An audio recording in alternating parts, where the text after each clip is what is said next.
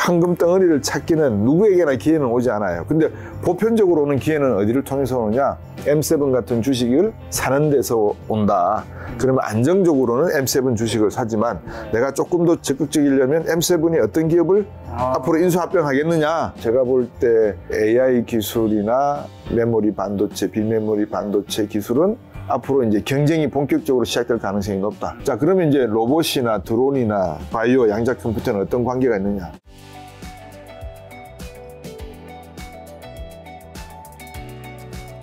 자, 이번에 박사님께서 자본주의 적은 자본주의라는 굉장히 두꺼운 600페이지가 넘는 책을 이제 출간하셔서 이 책에 대해서 제가 여러 가지 이야기 좀 여쭤보려고 하는데요. 우선은 이제 많은 분들이 이제 투자에 관심이 많으시니까요. 책에서도 메가 트렌드 관련된 얘기가 나와서 21세기를 뒤흔들 3가지 메가 트렌드가 있다고요. 네. 요거 어떤 걸까요? 어제도 제가 강의를 하면서 그런 말씀을 드렸어요. 콩 심은 데 콩 나고 팥 심은 데 팥 난다. 우리가 뭐든지 씨앗을 뿌려놓은 게 있어야지 그 씨앗에서 뭐 줄기도 나오고 싹도 트고 해서 열매를 맺고 과일도 맺고 하는데 지금 인류가 무슨 싹을 뿌려놨을까? 라고 생각을 해봤을 때 그 씨앗을 뿌리는 사람들은 우리나라 사람일까, 일본 사람일까, 중국 사람이었을까, 아니면 유럽이었을까, 미국이었을까? 지금 미국 아닌가요? 20세기 이후에 미국이라고 봐야 되겠죠. 그래서 이제 미국이 어떤 씨앗을 뿌리는가를 이렇게 들여다보면 과학과 기술이라고 하는 거, 예를 들어서 쉽게 말씀드리면 실리콘밸리도 있고 수많은 밸리들이 존재를 하지 않습니까? 그리고 나사라는 것도 있고 뭐 이런 과학의 총화라고 할까요? 이런 모습들이 자본시장에도 들어와 있는 그래서 과학과 기술, 자본시장, 경제 이런 모든 것이 새로운 미래를 향해서 나가려고 하는 모습을 보여주는 국가는 미국인데 그 새로운 미래를 향하는 그 추진력, 그러니까 가속도가 붙을 때의 그 트렌드는 우주 항공 산업이 아니겠는가 저는 그렇게 생각을 했고요. 그래서 인류가 지금까지는 지구 안에서의 이야기만을 다루었지만 먼 미래에는 아마 우주 이야기를 할 것이다 라고 하는 게 내용이 하나 들어있고요. 네, 그게 이제 지구 비즈니스에서 지구 우주 비즈니스 창출을 위한 인프라 산업의 투자가 이루어진다가 첫 번째 메가 트렌드. 이제 그 말씀을 들으시면 촉이 있거나 감이 있는 분들은 앞으로 자본시장에서도 어떤 분야의 투자가 이루어지겠구나라는 걸 느끼실 수 있거든요. 그 다음에 우주를 향해서 나가면은 거기에 필요한 로켓도 있어야 될 것이고 그 다음에 뭐 달나라든 화성이든 앞으로 우주 프로젝트를 진행할 때 필요한 여러 가지 기부자재가 있지 않겠습니까? 소프트웨어도 있을 것이고 거기에 필요한 과학기술이 이제 추세적으로 발전을 하지 않겠습니까? 우주 로켓이 광속도로 가지 않으면은 광년으로도 수백 년이 떨어져 있는 곳이 엄청나게 많은데 물론 그것까지 생각을 뭐 할 수도 있고 안 할 수도 있지만 어쨌든 빛의 속도로 로켓이 날아간다고 했을 때 안에서 필요한 여러 가지 기술적인 컴퓨팅에 관련된 내용이든 정보에 관련 내용은 광속으로 계산이 되지 않겠습니까? 그러면 거기에 필요한 과학과 기술의 발전이 덩달아서 있어야 된다. 그래서 지금 우리가 I 4.0 이야기를 하고 있지만 저는 책에서 뭐 I 5.0 이렇게 이야기했지만 I 7.0까지는 가지 않을까. 거기에 필요한 각종 네트워크 시스템, 디지털 정보통신 기술이 만들어지면 그게 제가 볼 때는 우리가 미래에 생각하는 웹 3.0의 시대, 양자 컴퓨팅의 시대, 그 다음에 6G, 7G의 시대가 되지 않을까라고 해서 과학기술을 발전을 또 다른 하나의 트렌드로 제가 놓고 봤습니다. 세 번째 트렌드는 지금 저희들이 공자왈, 맹자왈 학교에서 많이 가르치거든요, 학생들을. 경제학 원론이다부터 시작해서 노동경제, 계량경제 뭐 이렇게 막 가르치고 있어요. 근데 미래에서는 우리가 가지고 있는 시간과 공간의 개념이 상당한 변화를 일으킬 것 같습니다. 요즘도 우리가 뭐 저들 세대와 MZ세대를 비교하기는 좀 죄송합니다만 엄청나게 편차가 있다라고 생각들을 하시잖아요. 그만큼 세상의 변화, 문명의 변화가 사고와 가치의 차이를 뭐 나타낼 수밖에 없으니까 그런 의미에서 놓고 보면 경제학이라는 개념도 지금까지 우리가 알고 있던 그런 뭐 완전 경쟁, 독과점의 어떤 뭐 피해 이런 것보다는 인류의 효용, 인류의 생존의 가치를 높이는 방향으로 가지 않을까. 왜냐하면 우주시대로 간다 그러면 생존이 우선이지 뭐 경쟁이 우선은 아닐 것 같거든요. 먼저 살고 봐야 그 다음에 뭐 경쟁을 할 거니까. 그래서 미래의 경제학이나 사회학, 심리학, 사회과학도 아마 이런 생존의 방향으로 가지 않을까. 그래서 제가 책에서 오스트랄로피테쿠스부터 시작했을 때 인류는 생존과 이동과 이 동화라고 하는 세 박자를 늘 맞추려고 해왔다. 그래서 이 생존과 이동, 그리고 이동과 한 곳에서 새로운 집단과 사회와의 동화, 이런 변화가 문명이라는 이름으로 만들어져 왔고 부족 사회, 부족 국가, 국가 그리고 현재의 현대 국가 체제까지 오지 않았나 그런 내용들을 담고 있습니다. 생존과 이동과 둥화. 그러면 생존과 이동 사이에서는 생존하기 위해서 이동한다는 건가요? 아니면 생존하다 보니까 이제 두 가지가 다 포함이 되겠죠. 왜냐 그러면 한쪽에서 생존을 했을 때 이 규모가 점점 좀 커지지 않겠습니까? 뭐 농경 생활하는 민족도 있을 것이고 수렵 생활을 하는 사람들도 있을 것이고 특히 이제 수렵하는 쪽은 일종의 생존에 필요한 식량의 양이 많아지기 시작하거나 뭐 구석기부터 신석기, 청동기로 옮겨가면서 그 다음에 새로운 또 인간의 욕구가 만들어지지 않겠습니까? 이제 뭐 불 만들고 돌 만들어서 새로운 생산 체제를 만들었다. 그럼 생산량이 늘어났다. 그럼 인구가 늘어날 것이고 그럼 인구가 늘어나는데 기후 환경이 과연 우리가 생존할 수 있을 만큼 충분하게 미래의 사냥감을 계속 보장해 줄 것이냐 아니면 농경 문화를 계속 유지하도록 홍수나 이런 수리 관계를 제대로 할 수 있느냐 그게 제대로 안 된다면 이제 이동을 고민해 보겠죠. 그 당시에 아마 다른 지역으로 이동한다는 거는 우리가 지금 달나라로 간다는 생각과 비슷했을 거라고 저는 봅니다. 왜냐하면 한 번도 가보지 않은 미지의 세계를 향해서 가는 거지 않습니까? 그렇게 해서 생존을 위해서 다른 환경이 좋은 곳을 찾아서 갈 수도 있고 또 인구의 규모가 늘어나고 팽창을 하니까 결국 사람들의 규모가 늘어나고 팽창을 하면 옆집 마을의 소식도 덩달아서 많이 듣지 않겠습니까? 그러면 옆집은 어떻게 살더라? 옆집은 뭐 공기가 더 좋고 물이 더 맑더라? 이런 이야기가 들리면 인간의 본능 쪽에 또 하나의 있는 내용이 야망과 욕심이거든요. 남의 것이 더 커 보이거든요. 그럼 이제 그쪽으로 가서 침범을 하든지 아니면 대화를 통해서 합치든지 이제 그런 형태의 또 이동이 일어날 수 있지 않겠습니까?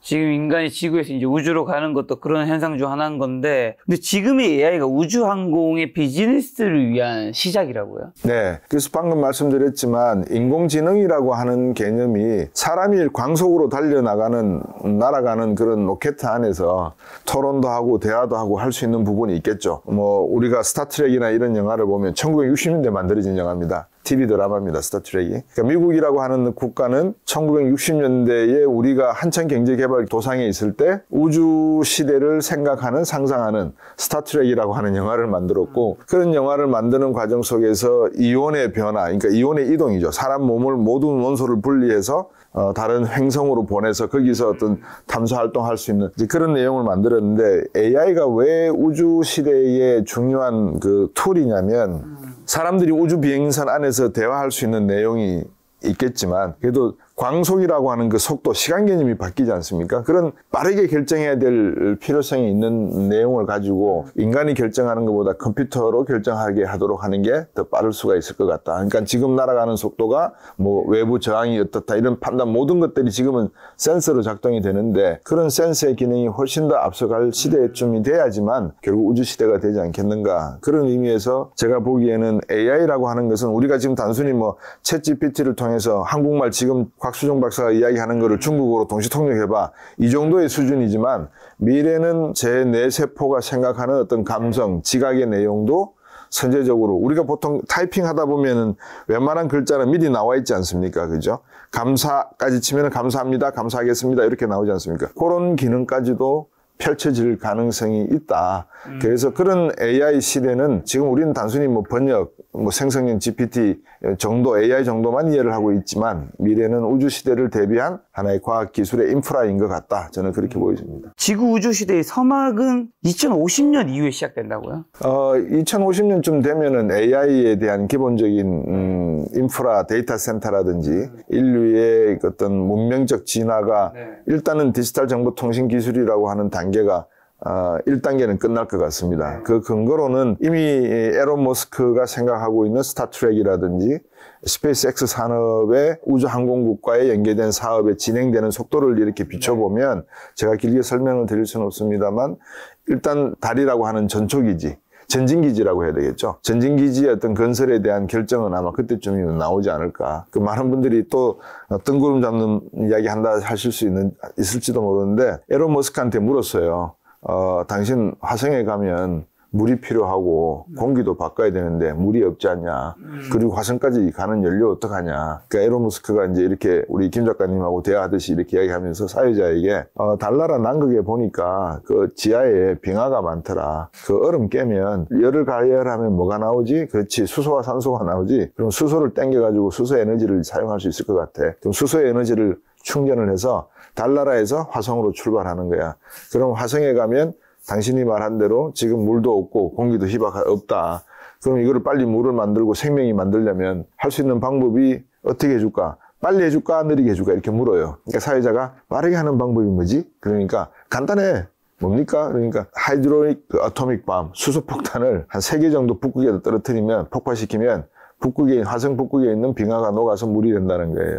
그러니까 이제 뭐 상당히 공상과학 소설 같지만 나름대로 나사가 우리가 알고 있지 못하는 많은 화성에 관한 정보는 나사가 이미 탐색을 해서 갖고 있다라는 측면, 뭐 이런 거를 고려한다면 2050년쯤이 되면 중국은 미국을 넘어서겠다라고 발표했지만 중국몽 시진핑의 1949년 중국이 공산당화가 되면서 10월 1일 이제 모 대통령이 중국은 이제 공산주의 중공이 됐다라고 이야기했지만 그래서 100년이 지난 2050년부터는 미국을 능가하겠다라는 꿈을 가지지만 미국은 중국 보고 하는 이야기가 애들아, 우리는 너희들하고 다툴 시간도 없고 지금 밖으로 내다보고 있으니까 너희들 뭐 알아서 해 정도까지는 하지 않을까 그런 생각을 해보고 있습니다. 그럼 지금 말씀 들은 걸 바탕으로 이제 투자에 좀 접목을 하면 뭐 우주 로켓이나 기부자재나 소프트웨어 이런 쪽에 투자를 지금부터 시작해야 한다는 의미로 들리기는 하는데 그 제 책에 408쪽에 보시면 제가 구글, 마이크로소프트, 애플, 아마존 이런 기업들이 처음 IPO, 그러니까 상장을 했을 당시에 내가 만약에 $10,000를 구입을 했다. $10,000치 주식을 구입했다. 그랬을 경우에 지금 뭐 마이크로소프트 같은 경우는 한 40년 세월이 지난 지금 시점에 얼마쯤 되어 있을까? 애플은 한 30년 지난 지금 얼마쯤 되어 있을까를 제가 계산을 했어요. 그러니까 이 계산하는 게 그렇게 간단치는 않습니다. 예를 들면 뭐 정확하지 않을 수도 있지만 제가 1980년에 예를 들어서 마이크로소프트 주식을 시장을 처음 개장할 때 뭐 13불이었다. 그때 13불 가격으로 $10,000치를 샀을 때 지금 내가 하나도 팔지 않고 그때부터 계속 나온 유상증자, 무상증자 받고 배당을 받아서 제가 가지고 있다라고 가정을 했다면 지금 가치가 얼마쯤일까라고 제가 계산을 했거든요. 그 계산을 놓고 보시면 여러분 안 믿어지실 겁니다. 어떤 기업이라고 말씀을 안 드리겠습니다만 그 당시에 1,000만 원 주고 산 가치가 지금 가치로 60억이 넘어가는 기업도 있습니다. 제 책에 읽어보시면 제가 어느 기업이라고 말씀을 안 드리겠습니다만 제 책에서 말씀드리는 거는 뭐 60억이 됐다 이게 중요한 게 아니라 우리가 투자라고 하는 관점 여러 가지에서 볼 수 있잖아요. 뭐 단기적인 트레이드를 하시는 분도 계시고 중장기적인 거래를 하시는 분도 계시는데 저는 성향이 단기 트레이딩을 하지를 못하는 성향입니다. 왜냐하면 시청자 여러분들에게 이런 말씀 드려서 죄송하지만 제 나름대로의 상상력입니다. 지금 김 작가님 스튜디오와 같은 이런 스튜디오에 컴퓨터 스크린을 한 20-30개 갖다 놓고 작전하는 사람들이 저는 있다고 늘 생각을 해요. 주식 작전. 있겠죠. 우리 영화에서 본 적도 있고 실제로도 기사에 가끔씩 나오고. 이제 그런 형태의 사람들이 장기 트레이딩을 하지 않을 것 같거든요. 근데 그런 사람들이 단기 트레이딩을 하는데 그분들이 투자한 그 스크린의 가치와 수많은 분들이 모여서 알고리즘을 개발해서 자기 나름대로 매수창에 1111 내고 하는 이런 사람들의 그 말초신경을 자극하는 그 모양을 보고 움직이지 않을 사람들은 없거든요. 우리가 언론을 보더라도 언론에서 웬만한 뉴스를 뭐 팩트체크 한다라고 말씀들을 많이 하시지만 저는 팩트체크도 그거는 진실에 가깝지 않다라고 보는 사람이에요. 왜냐하면 팩트라는 것도 사실인 거를 확인한 것이지 그 사실이 어떤 게 진실이고 어떤 게 거짓인 거는 확인을 못한 거거든요. 왜냐하면 당사자가 아니면 어떤 사연인지 어떻게 압니까? 부부싸움 했다 한 거는 맞죠. 근데 누가 잘못했고 누가 잘했고 하는 그 진실을 밝혀내는 건 당사자가 아니면은 모르는 거거든요. 그것도 당사자들 중에서도 거짓말하는 사람들도 자기 합리화를 있어요. 할 수도 있고. 그럼요. 그래서 저는 팩트체크라는 뭐 개념에 대해서 이렇게 중요시는 않았는데 어쨌든 그런 사람들하고 제가 숏텀 트레이딩을 경쟁을 하면 제가 이길 수 있겠습니까? 힘들겠죠. 그래서 저는 롱텀으로 갑니다. 롱텀으로 간다는 말은 뭐냐. 만약에 지금 보통 요즘 한 30세에 직장을 가지시더라고요. 그럼 30세 직장을 가지셨을 때 우리가 국민연금을 이제 자동적으로 4대 연금이니까 들지 않습니까? 4대 보험으로. 근데 그 중에 일부 그와 비슷한 동률로 내가 만약에 매년 주식을 일정 액수를 월별로 사모은다면 어떻게 할까라고 고민했을 때 제 책의 408쪽이 보여주는 게 답이라는 거죠. 여러분 30년, 20년 뒤에 내가 계속해서 월 30만 원씩 적금 들듯이 뭐 애플이든 어떤 미국이 생각하는 주식을 사모았는데 그러면 30년 뒤에 찾아봤을 때 그것이 내가 낸 국민연금의 액수와 내가 주식에 저축해서 40년, 30년 동안 투자했던 액수가 같을까 다를까? 그럼 저는 다르다고 보고 훨씬 더 주식에 투자해서 3, 40년 가지고 있는 규모가 클 거라고 보고 물론 뭐 동전주라든지 이상한 주에 주식 투자한 거 말고 방금 말씀드렸던 이 책에서 이야기하는 앞으로 우주 시대에 덩달아서 같이 트렌드로 나갈 과학 기술이 무엇인지를 제대로 잡고 이 과학 기술을 선도할 수 있는 그룹들, 기업이 어디에 있느냐, 어떤 기업이냐, 어디에서 무엇을 하고 있느냐를 본다면 제대로 선택한다면 조건은 붙습니다. 그렇지만 그렇게 어렵지는 않을 것 같거든요. 그런 기업들 찾는 게. 지금 뭐 M7 이야기 하잖아요. 엔비디아, 애플, 아마존, 뭐 알파벳, 그죠? 메타, 그다음에 머스크가 이야기하고 있는 테슬라. 이런 기업들 다 M7이라고 지금 이야기하고 있지 않습니까?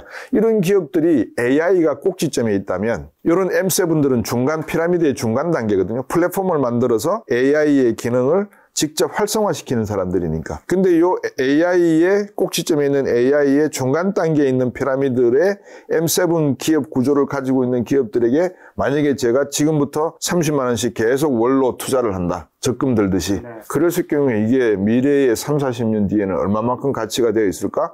저는 상당할 거라고 생각을 하고요. 그러면 하부 구조, 말씀에 나온 김에 이 피라미드 구조 하부에는 뭐가 있을까? 우리 김 작가님께 많은 분들이 시청자분들이 자꾸 이렇게 훌륭하신 김 작가님한테 뭐 여쭤보면 물어보지 말고 네가 이야기하라 이럴 수도 있는데 하부 구조에 뭐가 있을지 혹시 생각하시겠습니까? 뭐가 있는지 모르겠는데요. 데이터 센터가 있어요. 네, 데이터 센터 있겠죠. 데이터가 제일 중요하잖아요. 그렇죠. 그러니까 이 데이터라고 하는 것이 피라미드의 제일 하부 구조에 있는 거예요. 그러니까 제가 앞에서도 이제 콩 심은 데 콩 나고 팥 심은 데 팥 난다라고 하는 아주 단순한 진리를 말씀드렸던 것도 대한민국 요즘 AI 열풍이잖아요.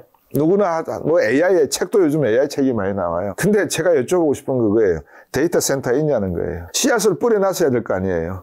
갑작스럽게 그냥 뒷짐지고 있는데 AI야 꽃을 피워라 그러면 AI 꽃이 핍니까? 안 피죠. 무언가를 뿌려놓고 거름도 주고 물도 주고 해야지만 AI가 싹을 틔우고 그 중에서도 10개 중에 9개는 뭐 죽든지 1개가 AI 데이터를 먹고 자라니까. 그렇죠. 이제 그런 노력을 과연 대한민국이 했냐. 그러니까 우리나라에 투자하시는 분들이, 개인 투자가분들이 도대체 AI라고 하는 것이 뭔지에 대한 이해가 그렇게 높지 않은 상태에서 AI 관련주다라고 시장에 소문이 나면 앞뒤 안 뒤돌아보고 들어가는 거 아닌가라고 하는 이제 소위 말하면 노파심 비슷하게 가지고 있는 것도 있고 다른 이면에서는 공부를 좀 철저히 하자. 너무 진리는 간단하다.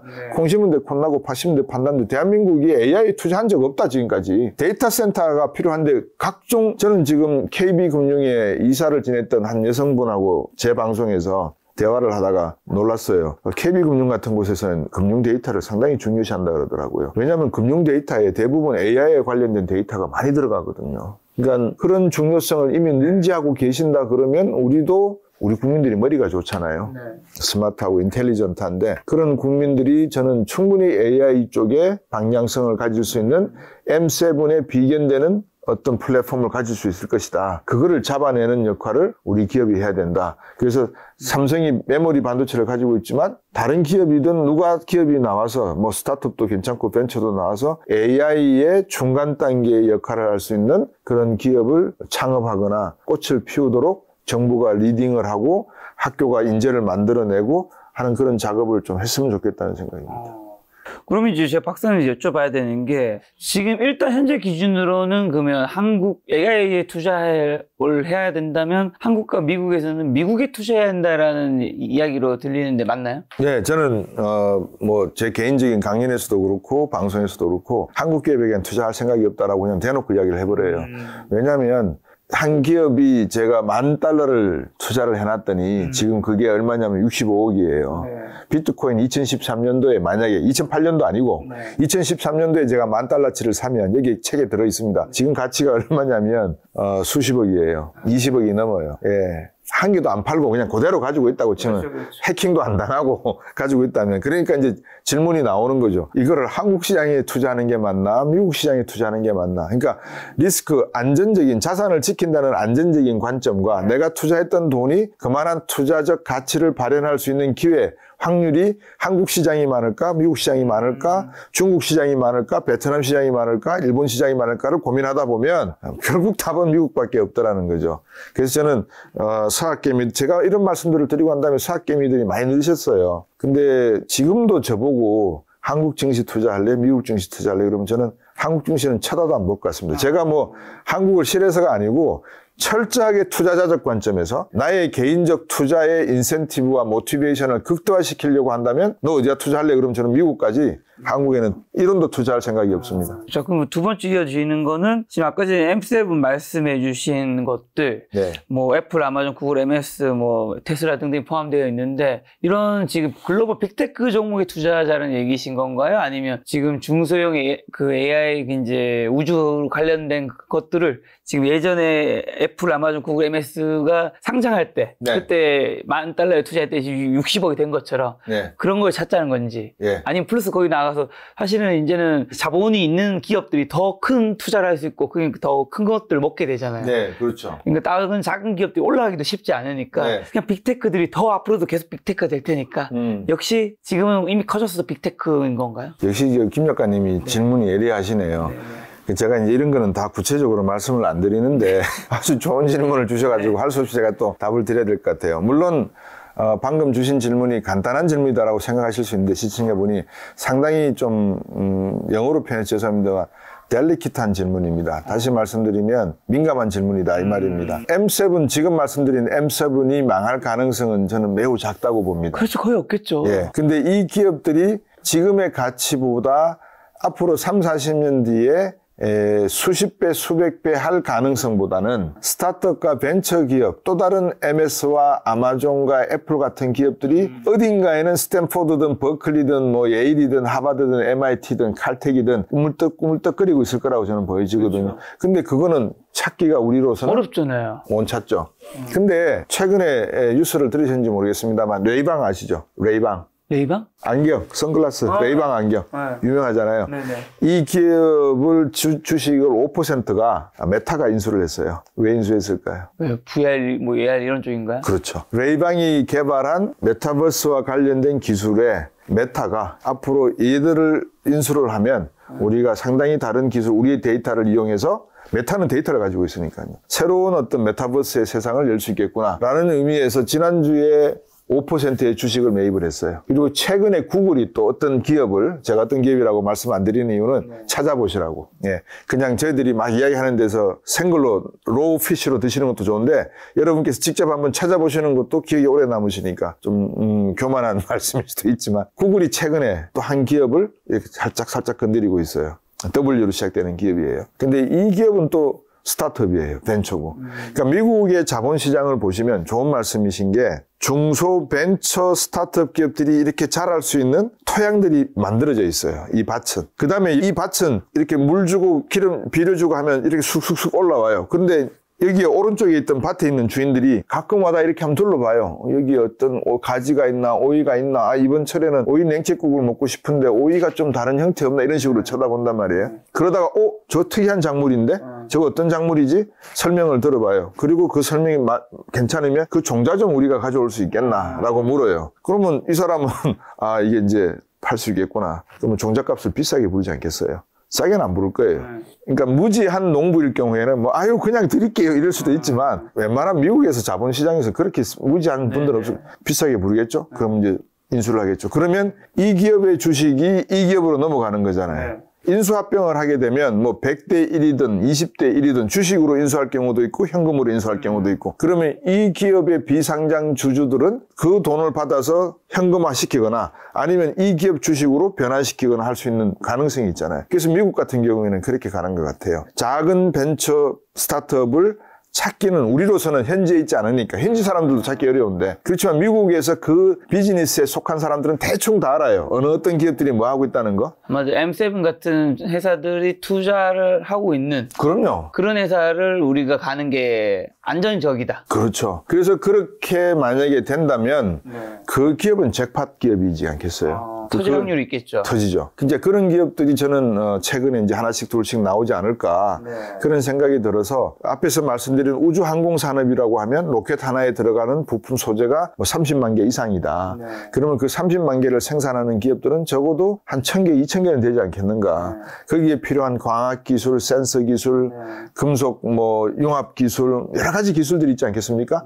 이런 기술들을 첨단화시킬 수 있는 그런 기업이 미래에는 결국 빛을 볼 건데 방금 말씀하신 M7 기업들이 그런 기업들을 놔둘 리가 없죠. 조금씩 돈을 투자하겠죠. 그러면 우리가 이제 워렌 버핏이 얼마 전에 BYD에 주식 투자했다가 6조 원인가 뭐 벌고 이제는 팔았다 이런 말을 하잖아요. 그러면 그런 게 하나의 시그널인 거예요. 그럼 이 사람은 6조 원 벌 때까지 몇 년 동안 그 BYD 주식을 갖고 있었다는 말 아니겠어요? 그러니까 엔비디아도 마찬가지죠. 젠슨 황이 돈이 없어가지고 돈 빌리러 다닐 때 일본 기업 한 사람이 500만 달러를 쾌척을 했다는 거예요. 그 500만 달러가 지금 얼마겠어요? 엔비디아가 3조 달러를 넘어가니 많이 이러는데. 그러니까 이제 그런 식의 그 황금 덩어리를 찾기는 누구에게나 기회는 오지 않아요. 근데 보편적으로 오는 기회는 어디를 통해서 오느냐? M7 같은 주식을 사는 데서 온다.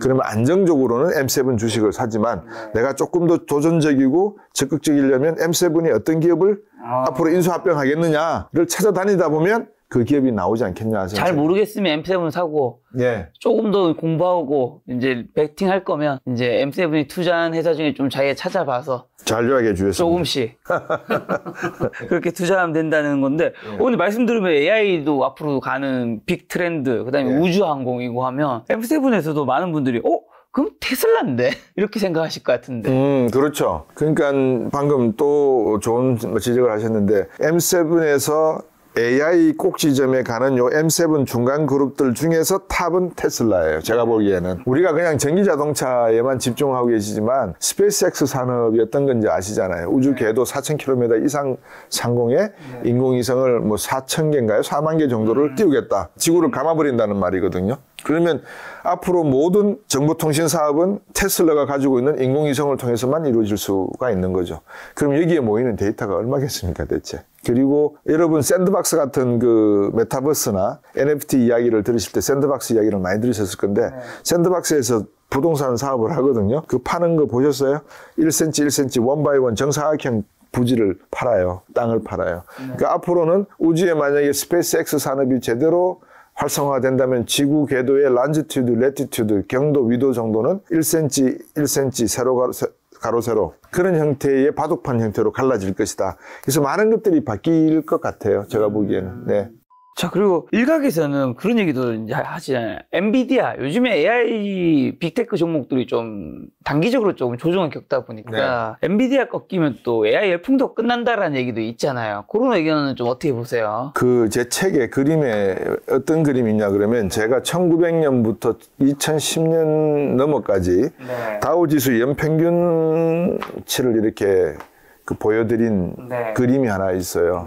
그 그림을 보시면 1990년에 다우 지수가 J커브를 그리기 시작하는 출발점이 돼요. 그럼 출발점이라는 게 뭐냐면 J커브는 뭐 주식하는 분들은 잘 아시는데 가격이 급등하는 형태를 나타내는 게 J커브잖아요. 그럼 1990년에 어떤 일이 있었느냐 그거를 보시면 돼요. 시청자 여러분들께서 1990년에 어떤 일이 있었는가를 한번 보십시오. 그러면 그 뒤에 우리가 스마트폰이 언제 나왔죠? 핸드폰이 언제 나왔죠? 우리가 스마트폰은 2008년 아닌가요? 스마트폰이요? 핸드폰이 처음 나온 게 우리가 1990년 초중반 때 나왔습니다. 1995년, 6년 이때 나왔어요. 우리가 제일 처음에는 무선 전화기, 유선 전화기가 있다가 다이얼 전화기, 그 다음에 무선 전화기, 그 다음에 핸드폰이 나왔어요. 우리가 말하는 그게 1995년 정도 나왔어요. 그러면 그때부터 스마트폰의 발전, 디지털 정보통신 기술의 발전이 이어지면서 앞에서 말씀드렸던 애플, 구글, MS, 메타, 아마존 이런 기업들이 급성장을 하는 거예요. 그렇죠. 그러니까 다우지수가 J커브를 그릴 수밖에 없거든요. 그래서 여러분들께서 한번 이 체계를 통해서 한번 찾아보시면 1990년대 어떤 일이 있었는가를 여러분들께서 한번 생각을 해보십시오. 제가 그런까지는 다 말씀을 드리면 여러분들께서 호기심을 또 다른 채널에서 말하는 데가 있는지 모르겠습니다만 제가 잘 말씀을 안 드립니다. 그거는 왜냐하면 여러분들이 공부를 좀 이렇게 해보시는 것도 괜찮을 것 같아서 하여튼 책에 그림에 나와 있고 설명은 되어 있습니다. 그거와 똑같은 현상이 지금 벌어지고 있다라고 제가 말씀을 드리는 겁니다. 그러니까 1990년도와 같은 지정학적 요인과 경제적 요인이 2023년 애프터 코로나 AC 기간에 벌어지고 있다. 그래서 우리가 지금 언론에서 미 연준의 기준금리가 어떻통 저떻통 뭐 바이든이 이기니 트럼프가 이기니 뭐 바이든이 사퇴하니 많이 또 뭐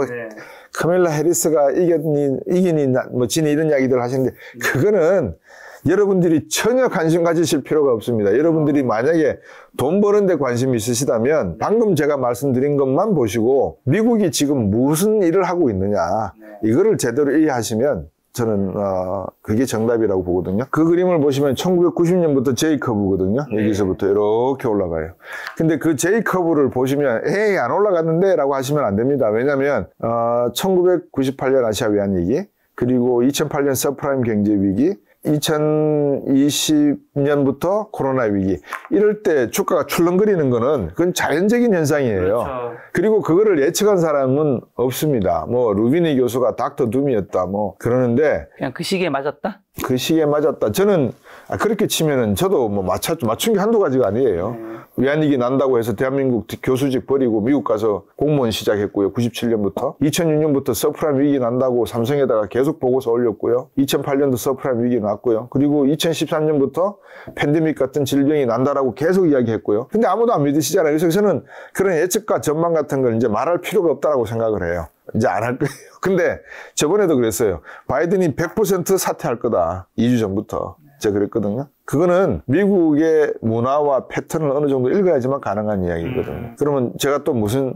말씀드리냐면 카멜라 해리스는 아닐 것 같다. 오션 미바마일 가능성이 크다. 지금 해리스가 막 지지만 올라가고 있던데 붙으면 트럼프 붙으면 이긴다.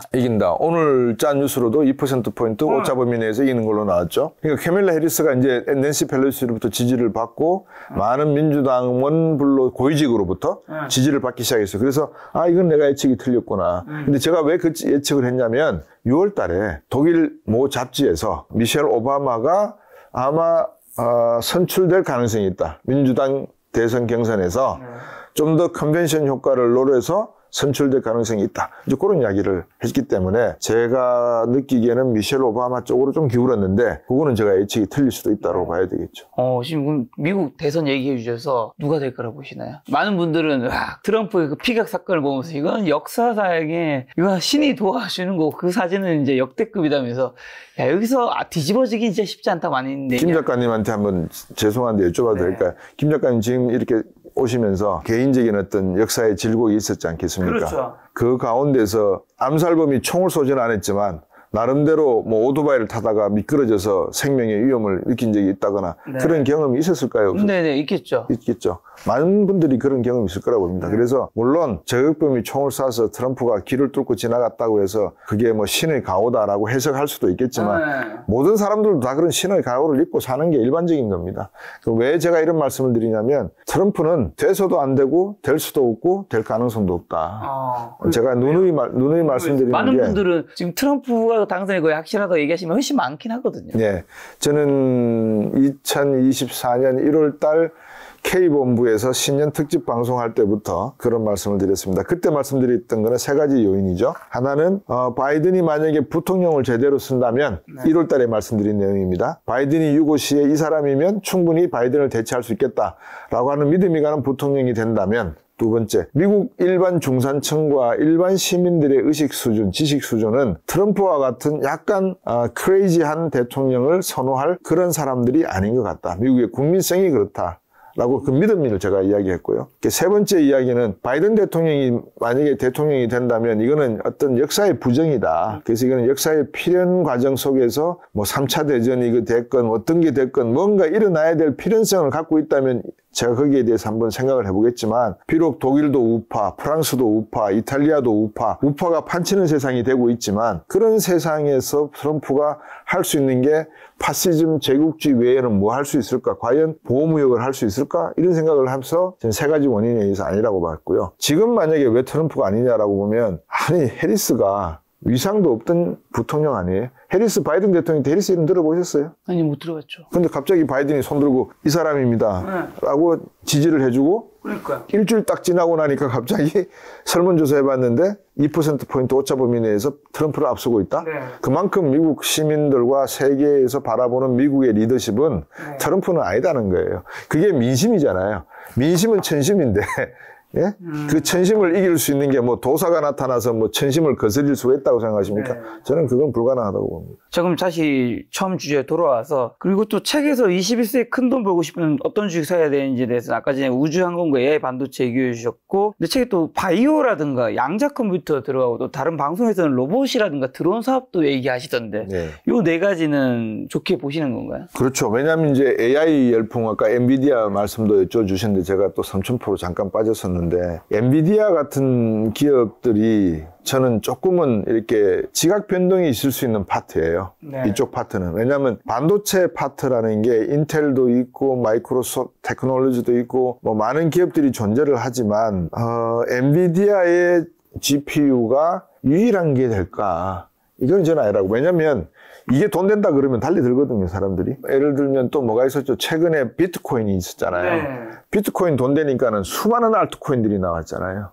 이더리움이 된다 그러니까 또 수많은 이더리움계의 알트코인이 나왔잖아요. 저는 방송에서도 말씀드려요. 비트코인, 이더리움은 금과 은이라고 생각하시고 비트코인과 이더리움 외에 나머지 알트코인과 스테이블 코인은 무시하셔라. 제가 그런 말씀을 드리거든요. 이건 화폐도 아니고 자산도 아닌 것 같다. 우리나라 동전주와 같은 역할을 하는 것 같으니 비트코인과 이더리움을 제외한 거는 관심을 갖지 마시라는 말씀을 드렸는데, 그 배경이 앞으로 NPU, TPU, GPU, CPU 수많은 형태의 PU 프로세스 유닛들이 막 나올 겁니다. PU들이 막 나오는데 어느 천재가 엔비디아의 GPU를 능가하는 것을 내놓지 않을까요? 내놓겠죠, 언젠가는. 내놓겠죠. 그래서 만약에 그렇게 된다 그러면 이 엔비디아의 비메모리 반도체 GPU 카드는 좀 중저가로 전락할 가능성도 있다고 봐요. 비트코인도 마찬가지예요. 우리가 지금 블록체인 기술을 사토시 나카모토가 2008년도에 만들었지만 사토시 나카모토가 만든 블록체인 기술을 능가하는 기술이 AI가 만들든 다른 천재가 만들 가능성도 있다고 봐야 되지 않겠습니까?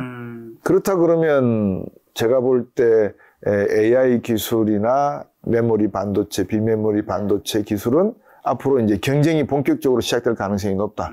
이 시장에서 과연 뭐라 그럴까, 큰 손은 결코 죽지 않는다. 그 전통이 통할지 안 통할지는 지켜봐야 될 것 같다. 그리고 방금 말씀 주신, 자, 그러면 이제 로봇이나 드론이나 바이오, 양자 컴퓨터. 바이오, 양자 컴퓨터는 어떤 관계가 있느냐. 바이오부터 간단히 말씀드릴게요. 우주 항공 산업이 발전될 때 제일 처음에 우주인들은 남자였다, 남자, 여자 같이 있었다. 우주인이요? 네, 비행기를 타고 달나라에 갔던 사람들을 우리가 우주인이라 그러잖아요. 네네네. 에스트로넛. 그 우주인들은 최초에 남자들이었다, 아니다, 남자, 여자 같이 있었다, 아니다, 여자들만 있었다. 같이 있지 않았나요? 남자들만 있었습니다. 남자만 있습니다. 예. 근데 이제 이런 꿈들이 아폴로 13호까지 가고 할 때 콜롬비아호의 여성 교사가 그 폭파되면서 돌아가셨잖아요. 그 이전까지만 해도 여성 우주 비행사가 우주 비행기를 타는 경우가 별로 없었어요. 오히려 침팬지가 먼저 탔죠. 꽃이 먼저 날아갔고. 왜 그랬을까요? 앞으로 우주에다가 꽃과 동물을 실어 날아야 되지 않겠어요? 네. 그 다음에 화성을 가면 남자 혼자 가면은 생존이 가능해요? 번식이 가능해요? 그러니까 여성이 가야 되잖아요. 그러니까 여성 우주인이 타기 시작하는 거예요. 그러니까 그런 형태의 바이오의 실험들이 끊임없이 이루어질 거예요. 우리 몸에 1억 개가 넘는 원사, 원조가 있는데 이거를 지금 스타트랙 말씀을 앞에 제가 드렸습니다만 이온화 시켜가지고 양성자, 중성자 해서 원자 형태로 다른 쪽으로 동시 이동, 공간 이동을 할 수 있는 기술이 나왔어요. 그래서 성공을 했어요. 1x1 1cm, 가로 세로 높이 1cm짜리 큐빅을 여기에서 요리 옮기는 실험까지 성공했어요. 근데 인간은 아직 안 돼요. 왜 안 될까요? 우리의 생각과 감정과 이런 신경계통에 가지고 있는 독특한 것은 못 옮기잖아요. 사람을 옮길 수, 요즘 사람 목 떼가지고 다른 사람으로 이렇게 이식수술하는 것까지 나왔다 그러잖아요. 앞으로 여러분 기술이 얼마까지 갈까요? 그럼 그 기술을 시행하는 건 인간이 할까요? 로봇이 할까요? 로봇이 할 수밖에 없죠. 왜? 사람 웬만한 수술하는 것도요, 장시간 하면 10시간, 15시간 하는 수술도 있어요.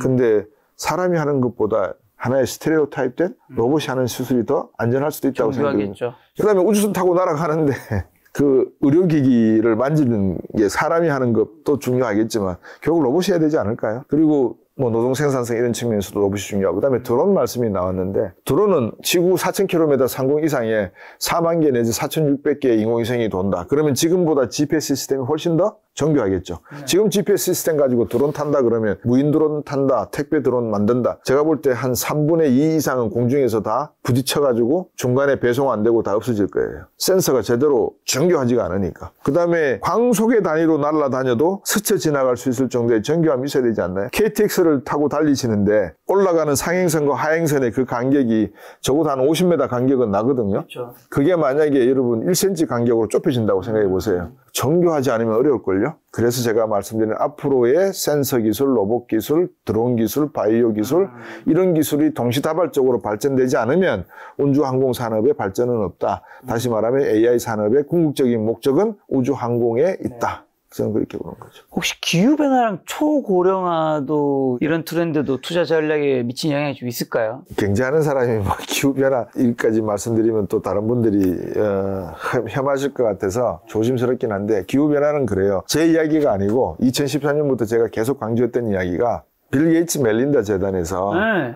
거기서 여러 가지. 매년 이야기를 해요. 앞으로 북극 빙하가 녹으면 거기에 숨어있던 바이러스와 여러 가지 새로운 미생물이 인류에 어떤 영향을 미칠지 모른다. 우리는 그걸 연구하고 있다. 이런 이야기들을 하고 있잖아요. 그 이야기를 제가 몇 번 말씀을 드렸어요. 정치적인 이야기가 약간 가미가 돼서 시청자 여러분들께서 이제 좀 이해를 해주실 부분이 네가 뭐 빌 게이츠를 어떻게 만나 뭐 이러실 줄 모르는데 옛날에 그 정치인 한 명 중에 지금 띨띨한 정치인 한 명이 있어요. 그 정치인이 정치를 시작할 때 그분과 빌 게이츠를 만나게 제가 해줬거든요. 그때 빌 게이츠 멜린다 재단에 2012년도에 가서 만나서 1월 달에 가서 만났어요. 저는 나타나지를 않았지만 그 어레인지를 해줬었어요. 네네. 그 당시에 이제 그 띨띨한 정치인도 대통령을 해볼 거라고 띨띨한 짓을 해서 저도 띨띨한 짓을 같이 도와줬었는데 택도 없는 인간이 대통령 하겠다 그래서 지금은 생각하면 참 안심하기 그지없는데 이제 그 과정 속에서 약간 연을 맺게 됐어요. 그래서 이제 제가 이메일도 주고받고 한 내용들을 다 나중에 이제 책을 쓰려고 내가 만난 사람들 그러면서 책을 쓰면서 이제 하나의 간접 참고 자료로 제가 드리려고 가지고 있는데 그때도 그런 이야기를 해요. 앞으로 인류 문명에 저한테 하는 질문이 이거예요. 전쟁으로 죽은 사람이 많을 것 같아? 질병으로 죽은 사람이 많을 것 같아? 질병이 더 많잖아요. 저 훨씬 많습니다. 3배 정도 많습니다. 그래서 제가 그 말을 듣고 나니까 이 전쟁이 문제가 그래서 이제 총균세라는 책이 있었잖아요. 다이몬드가 지은 제럴 다이몬드가 지은 총균세가 있는데 이걸 다른 말로 바꾸면 전쟁, 질병, 과학기술이에요. 그 총은 전쟁이고 균은 질병이고 쇠는 과학과 기술 문명의 발달이에요. 그러니까 이 세 개가 하나의 인류 문명 발전의 하나의 축을 이루었다. 그 인간의 본능의 욕구를 만족시키기 위해서 끊임없이 문명이라는 이름으로 진화해오는 과정 속에 종교도 사람을 노예로 만들었고 왕도 인간을 노예로 만든 적이 있었다. 이런 이야기를 제가 해놓는데 기후변화 지금 느끼고 있잖아요. 생각해보세요. 많이 느끼죠. 저때 차가 얼마나 있었겠죠. 제가 초등학교, 중학교 다닐 때 차가 진짜 얼마 없었겠죠. 에어컨 안 틀었겠죠. 지금은 학교마다 에어컨 다 장착해 놨잖아요. 에어컨 틀고 차 돌리고 기름 태우고 소들 방구 끼고 모든 전자기기 전자제품이잖아요. 여기서 열을 얼마나 뿜어내겠어요. 그러면 지구인들 편안하겠습니까? 그러면 다시 물을게요. 전 세계 동포 여러분 지금부터 전자기기 다 부숩시다. 다시 원시시대로 돌아갑시다. 불가능하죠. 불가능하죠. 그러니까 우주로 갈 수밖에 없는 거예요. 앞으로. 지구는 어느 정도 여러분 압구정동 현대아파트 가보시면 지하 주차장이었거든요. 네, 거기 다 지상이라면서요. 왜 그랬을까요? 옛날에 지은 아파트에서 그런 거 아니에요? 그렇죠. 옛날에 지으면 다 그렇죠. 지하가 없나요? 없죠. 왜 그럴까요? 옛날에 뭐 기술이 그 정도 발달 안 돼 있어서? 뭐 비용도 많이 들고 하지만 차가 이렇게 많이 늘어날 줄 몰랐던 거죠. 그럴 수 있죠. 단순합니다. 옛날에 마이카 시대 경부고속도로 지금 여러분 그거가 완전히 뭐 정체된 구간이잖아요. 경부고속도로가. 옛날에는 차가 없어서 쌩쌩 달렸어요. 그냥. 그런 시절이 불과 40년 전 이야기입니다. 3, 40년 전 이야기. 그런 3, 40년 더 됐군요. 그런 시절에 아파트를 지었으니 지하 주차장을 만들어 놨겠습니까? 근데 지금 난리거든요. 그러니까 인류의 문명을 놓고 봤을 때 앞으로 50년 단위로 끊어놓고 한번 생각해 보세요. 50년 단위로 끊었을 때 지구를 탈출한다는 이야기가 나올 겁니다. 아마. 뭐 언젠가는. 네. 자, 그럼 이런 엄청난 변화가 일어날 시대에 개인과 기업과 국가는 뭘 준비해야 될까요? 제가 앞에 시작할 때부터 콩 심은 데 콩 나고 팥 심은 데 팥 난다 종도둑도 말씀을 드렸잖아요. 우리 대한민국이 지금 1인당 국민소득 36,000달러까지 갈 수 있었던 배경은 무엇일까요? 라고 만약에 중학생에게 주관식 질문을 물으면 중학생이 어떻게 답을 쓸 것 같습니까? 사람? 사람이 있어서 우리 대한민국 뛰어난 인재. 교육. 그렇게 답을 쓰면 제가 주관식 10점 만점에 한 3점 줄 것 같아요. 제가 기대하는 답은 사람, 반도체, 자동차 그렇게 쓸 것 같아요. 그러니까 우리나라에 자동차와 반도체가 존재했기 때문에 지금 36,000달러 시대에 우리가 풍부함을 누릴 수 있다. 물론 그 근원은 사람인 거죠. 그만큼 대한민국 사람들이 세계 어디를 내놔도 경쟁에서 스마트하다는 거는 이거는 강한 가정입니다. 가정이 아니라 사실입니다. 팩트이면서 true입니다. 검증받았죠. 예, 이거는 뭐 false 따질 것도 없습니다. true입니다. 팩트이면서 true입니다. 그러면 이게 어떤 내용을 담고 있을까라는 것을 이제 한번 생각해 봐야 되겠죠. 우리 김 작가님 이 방송 활동을 하신 지 꽤 저 이제 6년 그렇죠. 다 채워갑니다. 6년 채워가니까 이제 100만 넘어섰잖아요. 200만 넘었어요. 아, 예, 죄송합니다. 그러니까 6년을 지나고 나니까 200만 넘었었죠. 이제 목표가 300만, 400만 아니세요? 아니, 목표는 없습니다. 목표는 그냥 오늘 하루 열심히 달자. 오늘 하루 뭐 열심히 하자. 근데 내심 300만을 언젠가 가면 좋겠다. 언젠가는 가겠죠. 네. 예, 간다고 봐야죠. 그러면 그 목표가 존재하지 않습니까? 그걸 하기 위해서 6년 동안 처음 하실 때부터 10만, 20만이셨습니까? 0명이었죠, 0명. 0명에서 시작하셨죠. 그렇죠. 그러다가 이제 10,000명, 50,000명 이렇게 올라갔죠. 이렇게 J커브가 언젠가 만들어졌겠죠. 계기가 있었을 거라고 봅니다. 이 말씀을 드리는 이유는 김 작가님 방송에 나오기 전에 곽수영이라는 사람은 성격이 독특해서 방송 출연을 잘 안 합니다. 그러니까 뭐 누가 막 부른다고 해서 막 가가지고 막 방송해주고 절대 그런 거 안 합니다. 근데 와서 하는 이유는 첫 번째 책 선전도 해야 되고 그렇죠. 두 번째 중요한 거는 김 작가 채널이 가지고 있는 그 영향력이 상당하거든요. 그러니까 뭘 이야기 말씀을 드리냐. 뒷조사를 해보는 거예요. 이렇게 김 작가 TV에 나갔을 때 내가 얼마나 도움이 될까 이렇게 뒷조사를 해보는 거예요. 이 말은 다른 말로 순화시키면 개인이든 국가든 일기장이 다 존재합니다. 그렇겠죠. 제가 앞에서도 AI 해놓은 것도 없으면서 말로 AI 한다고 하면서 한번 말씀을 드렸잖아요. 콩 심은 데 콩 나고. 예, 파시면 돼 판나는 거예요. 김 작가라는 분이 200만이 넘는 이 유튜브 방송이 만들 때까지 만들어 놓으니까 다른 사람들이 자 달걀이야 세워봐. 그러니까 콜럼버스가 아무리 세우려고 해도 다른 애들이 못 세우니까 톡 깨가지고 세웠잖아요. 이런 거예요. 자기가 노력해온 역사가 없으면 결코 산업은 발전할 수가 없다는 거거든요. 그러면 국가는 뭐 해야 될까요? 국민들에게 비전을 줘야죠. 앞으로 세계는 이렇게 간다. 곽수영이가 말하는 것처럼 앞으로 미래 세계는 우주항공으로 가니까 거기에 필요한 30만 개의 부품과 소재, 장비에 필요한 산업 중 우리가 세계에서 1, 2가 될 수 있는 것 몇 개를 우리가 집중적으로 육성하자. 그러면 이거 10년 프로젝트다. 5년 가지고 안 돼. 그럼 10년 프로젝트야. 그럼 10년 가야죠. 그럼 정권이 바뀌어도 그 정책은 바뀌면 안 되죠. 근데 다 뒤집어 버리잖아요. 뭐 불도저 가져와서 이거 파고 저거 파고 다 뒤집어 버려요. 그러니까 이 나라는 해놓은 게 없어요. 누가 씨를 심어 놓으면은 저거 불량품이야 다 파버리고. 그러니까 결국은 없죠. 근데 대한민국 경제가 언제 제일 잘 나갔어요? 박정희 독재 정권 때. 왜? 18년 동안 경제개발 5개년계 4차까지 가져갔거든요. 그러니까 이런 대목이 있어요. 나비가 물어요. 나비에게. 어떻게 해서 너 나비가 됐니? 그 나비가 뭐라고 대답한? 간절함이 있었어. 어떤 간절함? 애벌레를 탈피해서 너처럼 아름다운 나비가 되고자 한 간절함이 있어서. 그러니까 하나는 버려야 되는 거죠. 거기서 더 중요한 거는 간절함이에요. 간절함이 없으면 안 되는 거예요. 근데 우리는 이제 간절함이 없다고 저는 보여지거든요. AI나 우주항공에 대해서 아직. 네. 우리나라 국가 경제에 대해서, 우리나라 사회에 대해서, 사람과 사람 간의 부딪힘에 사는 것에 대해서 간절함이 없어진 것 같아요. 그래서 개인과 정부가 뭘 해야 되느냐. 정부는 지금부터 비전과 직관을 제시해야 되고, 제발 정권이 바뀌었다고 해서 중요한 정책을 불도저 파듯이 디비 파가지고 버리지 마시라. 그거는 계속 가져가라. 라는 말씀이고, 개인은 열심히 공부하시고, 책도 읽으시고, 예, 그래서 제대로 알고, 우리가 좀 미래 세계를 대비했으면 좋겠다는 말씀입니다. 자, 이제 자본주의 요책을 토대로 지금 인터뷰를 하고 있는데요. 또 박사님께서 암호화폐 시장을 굉장히 좋게 보더라고요. 제가 영상을 몇 개를 다 찾아봤는데, 암호화폐 시장 앞으로 더 커진다고 보는 이유는 뭘까요? 암호화폐라고 하는 것에 의해서 상징이 되는 그 기술과 의미가 상당하기 때문에 그렇습니다. 다시 말씀드리면 여기에 물병이 하나 있잖아요.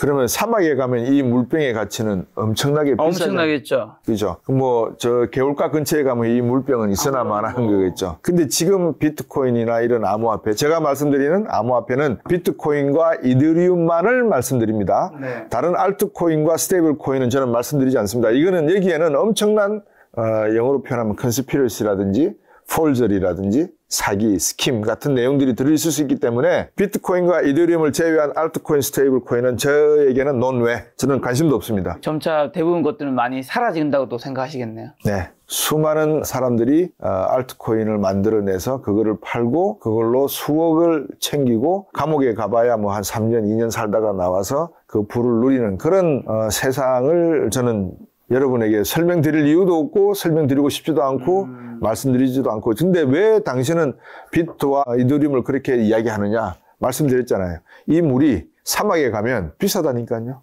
그럼 무슨 말이냐라고 하실 건데 자 지금 우리가 앞으로 미래 세계는 AI 세계라고 그랬잖아요. 그렇죠. AI에서 제일 중요한 퓨얼, 연료가 뭐라 그랬죠 우리가? 데이터.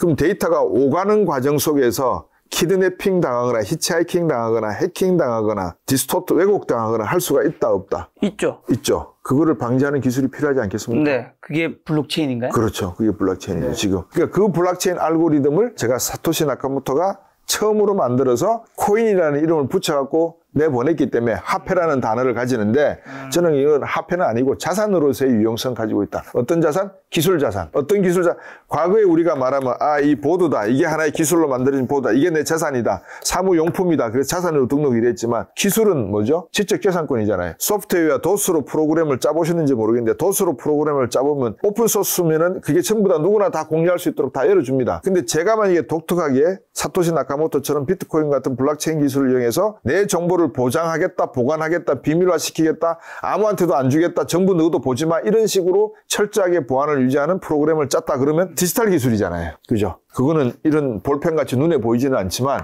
블록체인이라고 하는 네트워킹화된 기술을 의미하는 거기 때문에 그 기술에 대한 값어치는 줘야죠. 그게 지금과 같은 많은 사람들이 모르는 이런 사막과 같은 기업 풍토에서는 엄청난 가치가 있는 거죠. 네, 그런 의미입니다. 나머진 알트들은 그런 기술이 없나요? 이더리움은 그래픽 카드에 응용되는 실제 여러분께서 NFT 한때 한창 유행이었잖아요. non-fungible token이라고 난리 해서 났었죠. 메타버스 세상에서 AR, VR에서 만들어지는 상당한 예술 작품이나 뭐 그런 내용에 쓸 수 있는 예를 들면 피카소의 추상 하나를 디지털 카메라로 찍어서 그거를 NFT화해서 팔면은 원본은 뭐 루브르 박물관에 소장이 돼 있지만 한정된 판들은 일반 소비자들이 소자산으로 가질 수가 있다. 거기에 응용되는 기술이 이더리움이다. 블록체인 기술이라고 하면 이더리움은 이쪽 계통, 메타버스 NFT 계통에서는 비트코인의 역할을 하는 거예요.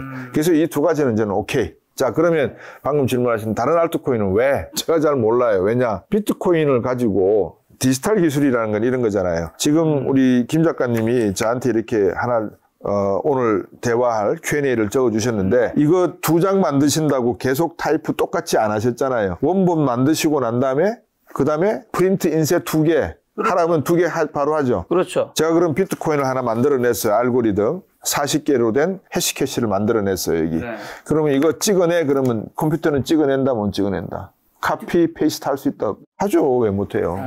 컴퓨터가 제일 좋은 게 카피한 다음에 똑같은 말을 쓸 때는 카피한 다음에 페이스트하면 똑같이 쫙쫙쫙 나오잖아요. 그럼 다른 말로 하면 화폐로 치면 그게 뭐예요? 시리얼 넘버가 똑같은 거니까. 네.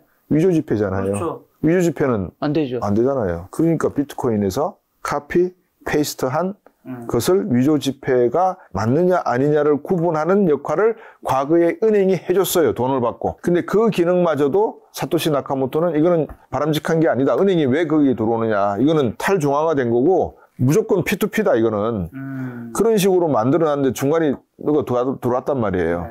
자, 그런데 어떤 사람은 이런 사람도 있어요. 해시캐시가 소위 말하면 하프에 10,000원짜리 보시면 그때 시리얼 코드가 있잖아요. 그걸 해가지고 계속 카피가 수백 개를 만들어요. 그 다음에 그거를 하드포크 기술화 시켜가지고 다른 암호화폐화 시켜요. 그러면 이거는 오리지널리티는 비트코인이에요. 비트코인이 그러니까 피카소 그림은 루브르 박물관에 있는데 이 그림을 사진 찍고 페이스트 해가지고 하드포크를 해가지고 어떤 거는 비닐로 만들고 어떤 거는 액자로 싸고 네. 어떤 거는 뭐 책받침 속에 집어넣고 이런 식으로 상품을 만들었다고 쳐요. 그러면 이게 가치가 있냐 없냐 그거는 투자하는 사람이 판단하는 거지 뭐 제가 있다 없다라고 하지는 못하잖아요. 근데 저는 어떤 사람이냐 여기 루브르 박물관에 있는 이 진품이 진짜야. 그렇죠. 이거 외에는 다 가짜야. 근데 이 가격을 너들이 어떻게 매겨? 기준점이 뭐야? 없잖아요. 그러면 이거는 기준점이 있었냐? 있었지. 어디에? 소더비 경매장이든 뭐 경매장에서 나온 가격이니까 그건 시장에서 매도자와 매수자가 결정했으니까. 근데 이거는 큰 손들이 얼마든 장난칠 수 있는 시장이 되어버렸잖아요. 내가 김 작가님한테 이거 100만 원에 살게요. 그러면 김 작가님 아이고야 내 속으로 저 1,000원 32,000원짜리인데 저걸 어떻게 100만 원 준대? 예 가져가세요. 그럼 제가 100만 원 주고 샀잖아요. 근데 소문 날 거 아니에요. 곽수정 박사 책이 3만 원짜리인데 100만 원이 팔렸대. 그러면 그 소문이 물고 들어가면은 세상에 이교도 집단에 수많은 신자들이 왜 생깁니까? 그 소문 안 나겠습니까? 나죠. 네. 그래서 저는 알트코인은 못 믿겠다. 안 믿겠다. 안 믿는다. 안 믿을 것이다. 지금 한마디로 비트코인이 금이고 이더리움은 은인데 네. 비트가 어쨌든 가장 대표 자산이잖아요. 코인에서. 네. 가격은 어떻게 좀 전망을 하시나요? 지금 한 2억 명 정도가 거래를 한대요. 전 세계에서. 전 세계에서. 또 어떤 분이 제가 이제 독일이 최근에 비트코인을 팔았다라고 하니까 야, 그 부정자금으로 압수한 거니까 팔았지. 이렇게 이야기하시더라고요. 근데 소식 들으셨잖아요. 이더리움 ETF 시장이 열었다고. 그러니까 앞으로 비트코인, 이더리움의 시장이 열리는 거예요. 이제 그 가격이 어떻게 될 것이다를 예측을 자꾸 많이들 궁금하시는데 이게 이제 외람된 말씀인데 투자하는 사람들의 입장에서는 하지 말아야 될 행동이에요. 왜? 앞에서도 제가 말씀드린 게 애플 시장, 공개 시장 IPO 할 때 첫 거래 가격이 $35, 주당 $35다. 그럼 이거 앞으로 35,000달러 될까요? 라고 물으면서 주식을 사십니까? 아니면은 앞으로 이 기업은 클까요? 라고 생각하고 주식을 사십니까? 당연히 후자잖아요. 네. 그럼 비트코인에 투자할 때 이게 10만 불 간다, 20만 불 간다 고민할 필요가 없는 거예요. 최초에 비트코인 3개로 피자 사 먹은 애들도 있다니까요. 근데 지금은 그게 안 된다니까요. 그러면 왜 그러느냐? 생각을 해보십시오. 비트코인을 내가 가지고 있으면 내가 부정한 돈, 그러니까 뭐 예를 들어서 좀 죄송한 이야기입니다만 개인적인 내용은 그 빼고 라임과 같은 이런 사태에 사기친 사람들이 수백억, 수천억을 갖다가 일반 시민들을 상대로 사기를 쳤잖아요. 근데 그걸 비트코인으로 가지고 있다 쳐봐요. 그거 정부에서 뺏을 수 있어요? 없어요? 못 뺐잖아요. 이거 딴 데다 감춰놨는데 스위스은행도 필요 없어요. 종이 지갑으로 만들어서 어디다가 딱 감춰놓으면 그거 뭐 어떻게 알아요? 그리고 개인정보가 들어가 있어요? 안 들어가 있어요? 없어요, 거기에는. 그런 세상이 만들어질 건데 그러면 앞으로 비트코인과 이더리움 같은 화폐에 대한 자산 가치가 얼마쯤 가겠느냐? 가치가 엄청나게 뛴다는 말은 정부에 대한 공격이 심해지겠죠. 정부 필요 없어. 저들 세금만 걷어가가지고 하는 짓도 없는데 뭘 세금을 내. 야, 비켜 대통령? 웃긴 소리 하지 마. 나가.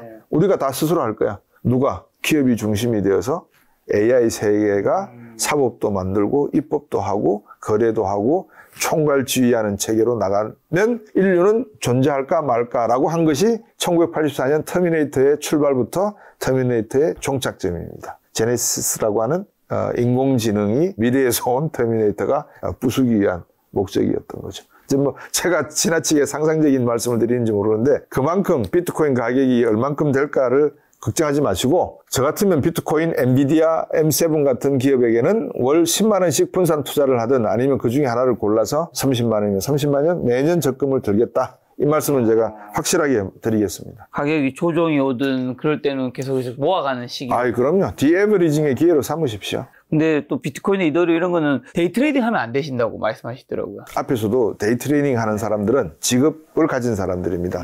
데이 트레이더들은 직업입니다. 근데 여러분들은 회사원이잖아요. 네. 회사원에서 데이 트레이딩을 어떻게 합니까? 그렇죠. 할 수는 있는데 경쟁력이 없다는 말씀을 드린 거예요. 그럼 많은 분들이 이제 박사님 말씀처럼 이제 장기적인 관점을 가지고 이제 투자를 하는 게 맞긴 하지만 또 단기적으로 사면 다 흔들리니까요. 단기적인 또 비트코인의 상승 신호나 징조는 좀 언제가 될까요? 트럼프가 당선되면 당연히 거기에 좀 이번에 지금 해리스 지지율이 올라오면서 확실히 비트코인 가격이 조금 떨어진 부분이 있긴 하더라고요. 네. 자, 그러면 이제 바로 이제 그런 점들이 미국을 제대로 읽어야 되는 부분인데, 제가 말씀드렸잖아요. 사막에 가면 물 가격은 비쌉니다.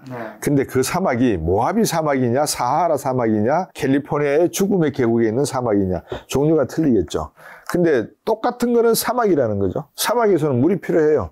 민주당과 공화당이 비트코인의 중요성을 모른다? 그래서 공화당 때 트럼프는 야, 내가 대통령이 되면 암호화폐 가격이 올라갈 거야. 그러니까 나한테 20대, 30대 투표해. 그런다? 이거는 완전히 언론이 잘못 짚은, 헛다리 짚은 거예요. 그게 아니고 트럼프 대통령이 되든 헤밀라 부통령이 당선이 되든 비트코인과 이더리움은 갈 수밖에 없는 자산이에요. 네. 그거는 뭐 누가 되든, 근데 단지 가는 방향이 스텝 바이 스텝으로 갈 것이냐, 아니면 시장에 루머가 또 만들어지면서 버블이 끼어가는 그런 형태의 시장이 될 거냐. 시장이 만들어지는 형태의 변화가 있을 따름이다. 저는 그렇게 봐요. 그래서 언론 기사들이 나오는 걸 너무 그렇게 많이 보지 마세요. 어떤 연예인이 100억짜리 집을 샀더니 5년 지나고 난 다음에 500억에 팔았다. 여러분들이 연예인이 아니잖아요. 여러분이 100억짜리 집을 가지고 샀다가 5년 뒤에 500억 주고 팔 수 있는 능력이 안 되잖아요. 저도 안 되는데요.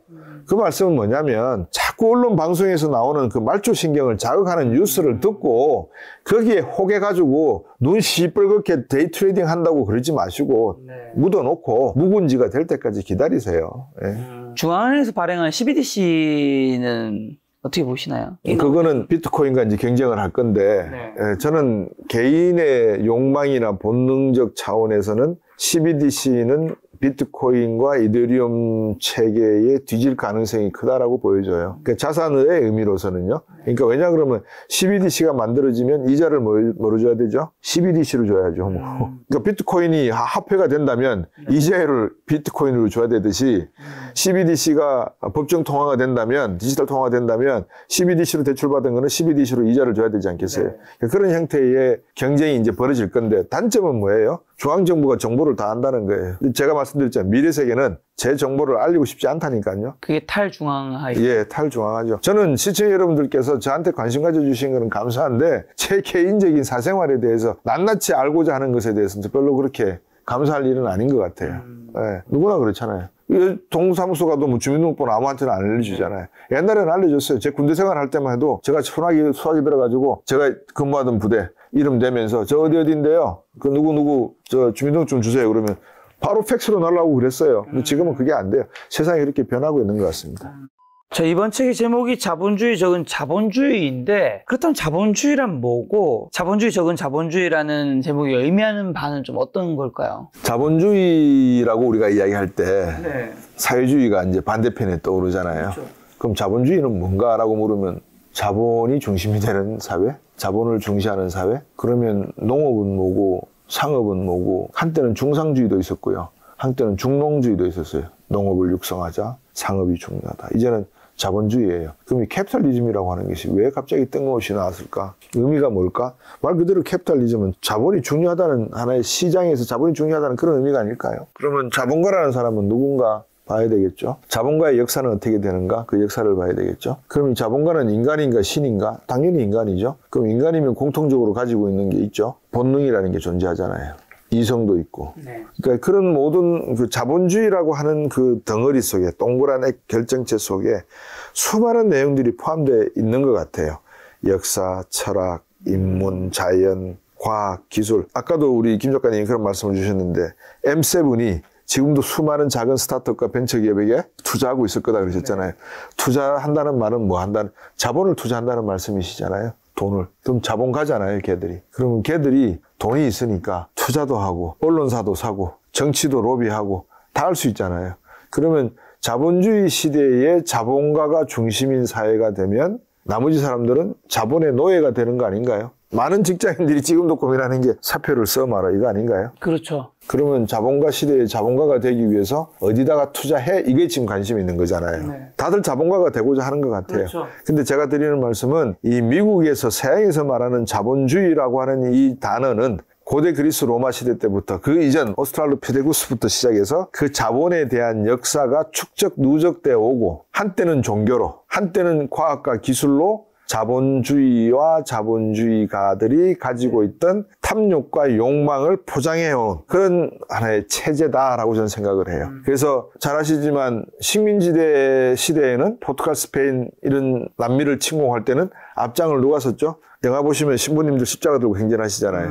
그러면 그 당시는 가톨릭도 정신적 제국주의의 앞잡이가 된 거죠. 정신적 제국주의로서. 그리고 그 뒤에 뉴턴이 만류인력 법칙, 고대 물리학을 만들고 난 다음부터 전기기관이 나오고 만류인력 법칙에 따른 각종의 과학기술이 발전될 때 누가 돈을 댔을까요? 자본가들이 돈을 댔겠죠. 그러니까 자본가들과 과학기술자들은 한 배를 탔고, 그러면 칸트의 순수이성 비판, 마르크스, 루소, 헤겔, 로크, 뭐 이런 정치 철학가, 켈빈, 루터 이런 정치 철학가는 무슨 문제를 보고 자기의 정치 철학을 만들었을까요? 사회가 자본화되어 가는 사회 속에서 나타난 그 이전 시대에 겪어보지 못했던 혼란과 사회의 변화와 인간에 대한 착취와 여러 가지 문제점들을 받지 않겠어요? 근데 그거를 또 역시 자본가가 어떻게 하겠어요? 이왕이면 나한테 좋은 쪽으로 논문을 써주세요 하지 않았겠어요? 그죠?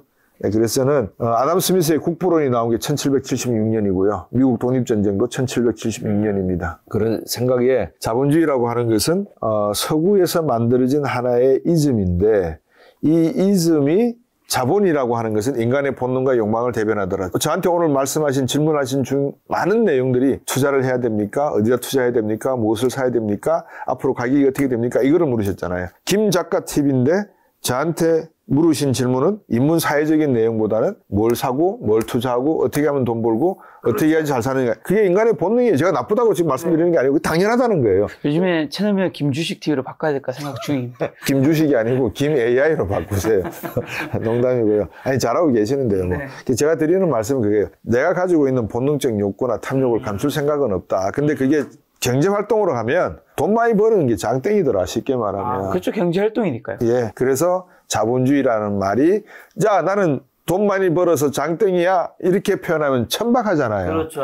그러니까 록펠러 같은 사람도 시카고 대학에서 기부 딱 하고, 카네기 멜론 대학을 하나, 카네기 멜론도 딱 세우고, 카네기와 멜론이 찢어져가지고 카네기가 멜론과가 떨어져 나오고 있지만, 누구는 오바마 누구는 민주당 지지하고, 누구는 공화당 지지하고 있지만, 그런 식의 자본가들 계급들이 하나의 포장하기 좋은 이름으로 만들어 놓은 것일 수도 있으니, 이 자본주의에 너무 깊게 빠져드는 것에 대해서 우리가 한 번쯤은 회상해 볼 필요도 있을 것 같다. 인류 문명의 역사의 진화 과정 속에서 과연 우리는 본능적으로 무엇을 추구해 왔는가? 생존이었다. 그 생존이 욕망을 채우고 본능도 채우고 모든 것을 채우는 과정 속에서 경제적으로 나간 게 자본주의라고 하는 하나의 단어로 현대에 나타난 것이 아닌가. 거기에는 그리스 고대 철학도 가져오고 아이작 뉴턴의 만류인력 법칙도 가져오고 과학기술도 가져와서 마치 자본가들과 자본주의는 인류 역사를 위해서 좋은 일만 하는 사람들처럼 비춰지도록 만든 것이 아닌가. 저는 그렇게 생각합니다. 자, 그럼 지금까지 자본주의가 사회주의보다 우월한 지위를 점한 이유는 말씀하신 탐욕과 욕망을 인정했기 때문인 걸까요? 저는 그렇게 봅니다. 보통 막 칼 막스와 엥겔스가 자본론을 만들고 할 때도 이제 많은 분들이 책을 제대로 한번 읽어보시면 칼 막스도 분명히 이야기했습니다. 사회주의를 해도 투자를 해서 계속 생산이 늘어나야지만 사회주의가 존재 가능하다 그랬습니다. 네. 나눠주는 거를 강조를 그렇게 안 했어요. 그러니까 안 했다기보다도 생산과 투자를 강조한 만큼 나눠주는 거를 강조하는 거예요. 네. 자본주의의 폐해를 봤잖아요, 우리가. 자본주의의 폐해는 뭐죠? 양극화라는 이야기 많이 하는데, 제가 정치인들한테 가끔 가다가 이제 그런 실망을 해요. 공부를 제대로 안 하고 이렇게 말씀하시나. 경제학자들도 그래요. 북유럽 국가들, 스웨덴, 노르웨이, 핀란드, 인구가 얼마 행복지수가 높잖아요. 행복지수 높죠. 제가 이제 여쭤보려고요. 왜 높을 수밖에 없을까? 첫 번째, 그분들이 경제활동하는 기간이 1년에 몇 개월일까요? 우리나라보다 되게 작은 걸로 하는데. 그렇죠. 우리는 사계절이 있으니까, 그죠? 거의 뭐 1년 12개월 다 일하면, 그분들은 너무나 추워서 1년에 한 5개월 정도 일을 한다고 볼까요? 경제활동을, 뭐 카페 나와서 차라도 한 잔 마시려면 날씨가 따뜻해야 되잖아요. 한 5개월 정도 하지 않을까요? 그럼 나머지 7개월은 저축하는 거잖아요. 소비를 안 하면 저축 아니에요? 소비 반대말은 저축이니까요. 그 다음에 인구가 300만, 500만, 약 1000만 미치예요. 그러면 부산광역시, 대구광역시 정도 되는 크기에 삼성전자 하나 가지고 있으면은 그 광역시의 시민들은 행복지수가 올라갈까요? 내려갈까요? 올라가겠죠. 분배를 강조할 필요가 있을까요? 없을까요? 좀 덜 강조도 되겠죠. 그런 모델을 가지고 북유럽 모델, 복지 모델 따라가자 그래요. 저는 그래서 그런 거는 아닌 것 같다. 대한민국이 5천만이면 우리가 삼성, 현대와 같은 기업들 앞으로 5개, 6개를 더 만들 수 있는 기회가 지금 오고 있다. 이 책에서 지금 제가 그 말씀을 드리고 있는, 제가 이 책을 쓰게 된 배경은 대한민국이여 꿈을 가져라는 겁니다. 자본주의적인 자본주의다가 뭐 사회주의 경제를 칭찬하기 위한 게 아니고 대한민국이여 꿈을 가져라, 간절함을 가져라는 거예요. 나비가 되고자 하지 않겠니? 너희들 나비가 돼야 되지 않겠니? 그러려면 애벌레를 벗어 던져. 이제 대한민국 36,000달러라고 하는 거 이제 벗어 던져. 새로운 나비가 되려고 하는 간절함을 가져. 그러려 그러면 지금 미국 애들은 이런 사업들을 하고 있어. 자본가 애들은 이런 사업에 투자를 하고 있어. 그리고 이렇게 포장을 해. 근데 너희들은 그 포장한 것을 따라서 따라가고만 있어. 그러지 말아야 되지 않겠어? 우리도 우리의 이즘을 가져야 되지 않겠어? 그런 이야기를 제가 하고 있는 겁니다. 그럼 전 세계적으로 자본주의가 직면하는 주요 문제 중 하나로 양극화를 보시는 건가요? 저는 양극화 문제를 보는데 이 양극화라는 게 요즘도 그런 말씀들 많이 하세요. 출산율 많이들 말씀하시는데 이게 비극이냐 비극이 아니냐. 저는 대한민국의 인류학자와 사회학자들이 논문을 좀 많이 써주셨으면 좋겠어요. 왜냐하면 미국도 지금 출산율이 떨어지고 있다 그러거든요. 미국이 한 1.5명인가? 1.4 정도 됩니다. 1.4, 1.3. 예. 근데 우리나라는 0.7까지 떨어지는데 이게 제대로 경제 성장이 되려면, 지속 가능한 성장이 되려면 2.0이 넘어야 되는데요. 근데 중요한 거는 그건 같아요. 내가 생각하는 미래 세상이 밝지가 않고 어두운데 내가 자녀를 놓을까요? 안 놓을까요? 안 놓겠죠. 생존 욕구에 의해서. 그렇겠죠. 그 다음에 두 번째, 미래는 기술이 상당히 발달해서 굳이 사람이 필요 없고 사람 쓰는 게 힘들잖아요. 그러니까요. 비유 다 맞춰줘야 되고. 그러니까 기계 보고 시키지. 그러면 앞으로 뭐 애 놓을 필요 없잖아. 내가 편하게 우리끼리 인생 즐기고 살다가 뭐 가지 뭐. 그럴 수도 있겠죠. 또 세 번째 이유도 있겠죠. 여러 가지 저는 이유가 있을 거라고 봐요. 인구가 줄어드는 이유가. 근데 첫 번째 이유가 더 중요하냐, 두 번째 이유가 맞냐, 세 번째 이유가 맞냐를 누군가는 연구를 해서 좀 발표를 해줬으면 좋겠거든요. 그런 논문들이 많이 안 나오는 것 같아요. 그래서 이걸 또 인구적인 동태적인 측면만 보는 게 아니라 도시지리학적인 측면에서도 봐야 되는데, 미래 세계는 도시 경쟁 시대라면서요. 그럼 서울과 베이징이 경쟁하려고 그러면 서울에 인구가 많아야 되냐? 아니야, 인구 많을 필요 없어. 인바운드로 들어오는 사람들도 우리 인구야. 이렇게 계산할 것이냐. 정의도 제대로 아직 없거든요. 그런 모든 것들이 여백으로 남겨져 있는 것 같아요. 그래서 여백의 미를 어떻게 채우느냐, 예쁘게 만드느냐는 경제학자도 중요하지만 사회학자, 심리학자, 인문학자 모든 분들이 공동으로 노력해야 될 그런 시대에 와 있는 것 같습니다. 100년 후에 자본주의는 좀 어떤 모습으로 바뀔까요? 100년 후에요? 글쎄요. 100년 후에는 어떤 모습일까요? 3차 핵전쟁은 일어나지 않겠죠. 어쨌든. 그러면 100년 후에 인류는 어떤 모습으로 바뀌어 있을까? 말씀드렸지만 아마 달나라 정도는 중상층 정도는 왔다 갔다 하지 않을까 싶은데요. 지금 여행이. 그렇죠. 100년 후면 그러실 수도 있겠죠. 그럴 수도 있겠죠. 그죠? 그래서 그런 꿈을 가져봅니다. 이제 산업의 발전과 인류의 역사의 발전 속에서 인류는 지금까지 지구상에서만 놀았습니다. 제일 처음에 육로로 다녔고요. 육로로 차를 싣고 소금을 싣고 비단 싣고 비단길을 통해서 사마고도를 다녔고, 그것이 기술이 발달하고 과학이 나오면서 나침반이 나오고 항해술이 오면서 배를 만들어서 무역을 했고 바다를 이용했고요. 그러다가 라이트 형제의 비행기가 기술이 나오면서, 그러니까 고대 물리학이 나왔죠. 양력과 중력의 차이를 이용한 하늘을 날기 시작했고요. 그러니까 육로, 해상, 하늘 이제 다 돌아다니잖아요. 남은 거는 우주밖에 없는 것 같거든요. 그래서 앞으로 100년은 지금보다 더 많은 문명이 발전할 가능성이 높기 때문에 인류가 줄지 않으면 자동차 수는 더 늘어나지 않겠어요? 그러면 자연적인 현상인가? 인구가 줄어드는 게 자연적인 현상인가? 근데 왜 하필이면 한국? 그러면 이제 유대교 같은 입장에서는 신의 선택을 받았다 이러면 또 할 말이 없어요. 이교도 같은 사람들은. 근데 어쨌든 제가 보기에는 미래 100년은 인류의 문명에 상당한 부침이 심할 가능성이 높다. 흑사병과 이런 그 질병과 전쟁을 통해서 벌어졌던 인류 역사의 또 다른 한 장면이 디지털 기술이라고 하는 것, AI라고 하는 새로운 기술에 의해서 벌어질 가능성이 저는 높다고 그렇게 생각이 됩니다. 혹시 지금 이제 2024년 7월 말인데 경제 위기나 경기 침체 같은 거 온다고 볼 수 있는 신호나 징조 같은 게 있나요? 아니면 지금은 이제 그런 건 없다고 보시나요? 두 가지만 말씀을 드릴게요.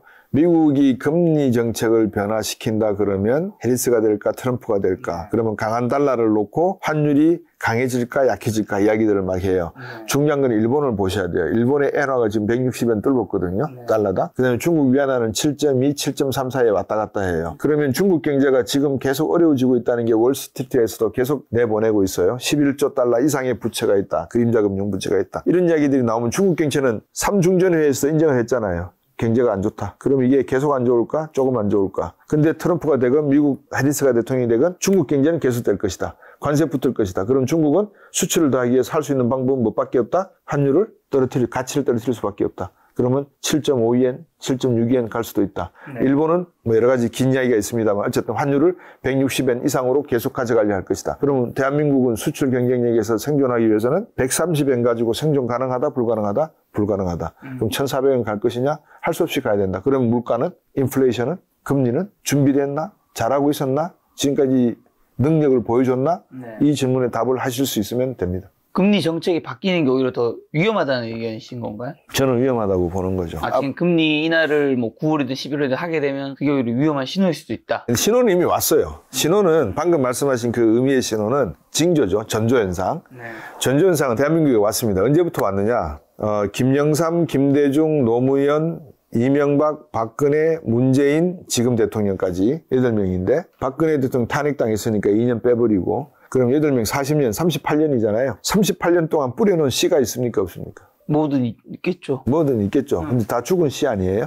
살아있는 씨 뿌려놓은 거 이야기를 해주세요, 저한테. 그러니까 1984년 한국 반도체, 1976년 현대자동차 그런 식으로 우리가 씨를 뿌려놨잖아요. 그리고 10년 동안 열심히 투자했어요. 없는 돈 가지고 막 정부에서 허리띠 졸라매고 국민들도 환율 부담 느끼면서 막 삼성, 현대 다 지원해줬어요. 네. 그래서 지금 오늘날에 현대, 삼성이 있었어요. 씨를 뿌렸다니까요. 우리가 비를 거름주고. 제가 여쭤봤잖아요. 김영삼, 김대중, 노무현, 이명박, 박근혜, 문재인, 지금 대통령 이 모든 리더십이 있는 가운데 우리가 뿌려놓은 AI 씨앗이 있으면 저한테 이야기해 주세요. 로봇 씨앗이 있으면 지금도 현장에 FA 산업에 가보세요. 우리나라 로봇 쓸까요? 안 쓸까요? 안 씁니다. 일본산, 독일산 로봇 씁니다. 현실이에요. 그러니까 뿌려놓은 씨앗을 배터리 이제 더 이상 이야기하지 않겠습니다.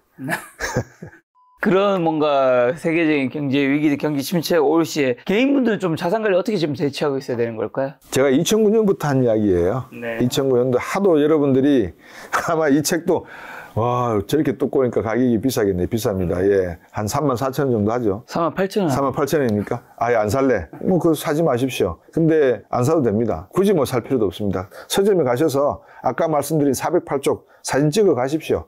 예, 도둑질해 가도 됩니다. 상관없습니다. 2009년부터 말씀을 드렸어요. 경제독법책을 쓰면서 말씀을 드렸어요, 제가. 또 다른 한국 경제판 새로 짜라. 여기서부터 말씀을 드렸어요. 무슨 말씀이냐. 현금 1, 2번 금과 은, 3번 주식, 4번 채권. 제가 분명히 말씀드렸습니다. 이건 변함이 없어요. 저하고 의견이 다른 분들은 뭐 다르게 생각하셔도 상관이 없습니다. 저한테 물으셨으니까 제가 답을 드리는 겁니다. 현금, 금과 은, 주식, 채권. 여기서 말하는 세 번째 주식은 한국 주식이 아닌 미국 괜찮은 기업의 M7의 주식. 그 다음에 부동산 쪽으로 제가 말씀드렸죠. 땅 사라 그랬고요. 그때 2009년부터입니다. 땅을 사고 전원주택 사고 아파트 사고 그 다음에 주상복합 아파트 그 다음에 상가 이렇게 말씀을 드렸어요. 순서를 다 이미 해놨어요. 책도 안 읽으시길래 안 사시길래 책 머리말에 그냥 딱 적어놨어요. 제가 앞에다가. 그런데도 안 사세요. 그래서 제가 도대체 대한민국에 투자하신다는 분들은 더듬이가 몇 센치 몇 미터일까? 그렇게 똑똑하고 그렇게들 다들 아시면 김작가 TV가 망해야 되는데 안 망하고 계속 간단 말이에요. 그런 거면 희한해요. 그러니까 제가 이제 이렇게 도전적으로 도발적으로 말씀드린 배경을 여러분께서 이해를 해주시기 바랍니다. 공부하시고 김작가 TV 같은 걸 많이 시청하셔서 좋은 분들이 오시면 그분들이 하시는 말씀 시간은 정해져 있기 때문에 다들 말씀을 못 드리세요. 자기의 그 백그라운드와 철학적 배경을. 그런데 나름대로는 그래도 다 여러분들에게 결론적인 말씀을 드리니까 방송을 허투루 듣지 마시고 잘 참고하시고 지금도 현금, 금은 미국 주식, 채권, 땅 뭐 이런 식으로 된 거는 변함이 없습니다. 근데 여기서 그러면 현금 1이랑 첫 번째가 현금이 제일 중요하다는 의미인 건가요? 아니면 현금을 어느 정도는 보유해야지 언제든지 위기에 대처할 수 있다는 건가요? 아니면 나중에 위기가 올 것 같은 게 현금을 지금 비축하고 있으라는 의미인가요? KB경영연구소에다 물어봤어요. 부자가 누굽니까? 현금 동원력 25억. 지금 당장 전화 걸면 가져올 수 있는 사람 25억. 부동산 200억. 그 다음에 그런 사람들만 모아갖고 진짜 부자가 누구냐고 또 물어봤어요. 현금 동원력 50억, 부동산 500억. 인간의 욕망은 그렇게 커요. 제가 말한 현금이라고 하는 건 책 사고 싶어요. 돈 없으면 못 사잖아요. 네. 땅 사고 싶어요. 돈 없으면 못 사잖아요. 그 현금을 말씀드리는 겁니다. 여러분들이 투자하고 싶은데 지금 당장 좋은 물건이 나왔는데 이거를 살려고 그러면 돈이 있어야 되잖아요. 네. 그 돈 없으면 어떻게 해요? 돈만 모아놓고 무작정 기다리라는 게 아니고 돈을 어느 정도 들고 있으라는 말이에요. 뭘 살 때.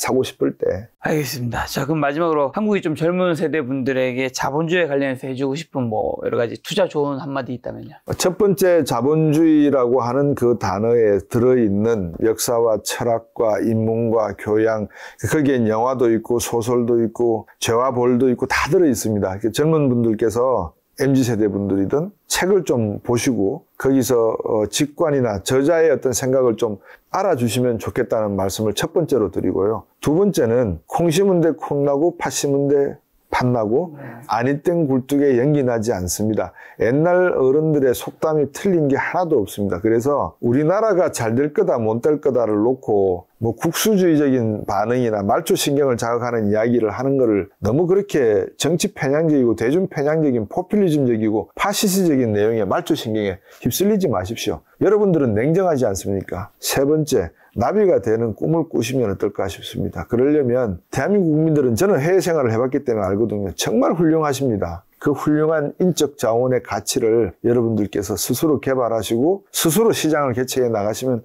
어떨까 합니다. 이제 여러분들 부모와 정부 간섭 필요치 않잖아요. 스스로 하십시오. 저는 그런 장이 이미 펼쳐졌다고 보거든요. 그래서 나비가 되는 꿈을 한번 꾸시고 그런 간절함을 가지셨으면 하는 말씀 드리고 싶습니다. 알겠습니다. 오늘 가장 인상 깊고 마지막까지도 반복해 주신 멘트는 콩 심은 데 콩 나고 팥 심은 데 팥 난다. 그냥 우리는 뭘 심을 것인가 한번 고민해보는 시간이 좀 되었으면 좋겠다는 생각 들었습니다. 오늘 만날 손님은 곽수준 박사님이었습니다. 지금까지 소중한 시간 함께 해주셔서 정말 감사합니다.